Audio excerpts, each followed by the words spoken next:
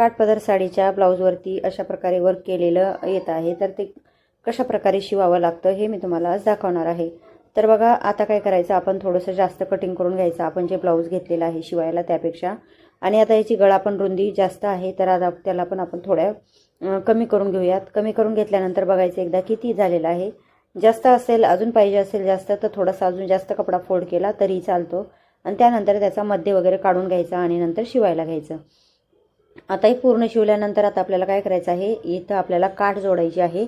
जी ब्लाऊजला आहे ती काठ पण जोडून घ्यायची आहे. तर आता काय करायचं, पहिले सरळ कापडावरती आता हे व्यवस्थित गळा आपण शिवून घ्यायचा आणि त्यानंतर आता काठ जोडायला घ्यायची.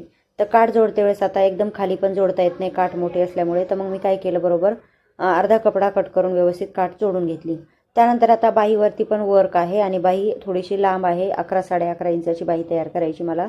तर मी काठ अशा प्रकारे त्याची जोडून घेतली आणि आता आपल्याला पूर्ण ही बाही आपल्याला जोडून घ्यायची आहे. तर आता ही जोडल्यानंतर अशा प्रकारे दिसून येते पूर्ण वर्क केलेला दोन्ही बाजूच्या काठ आणि जी डिझाईन आहे ते व्यवस्थित आपण जोडून घेतलेलं आहे.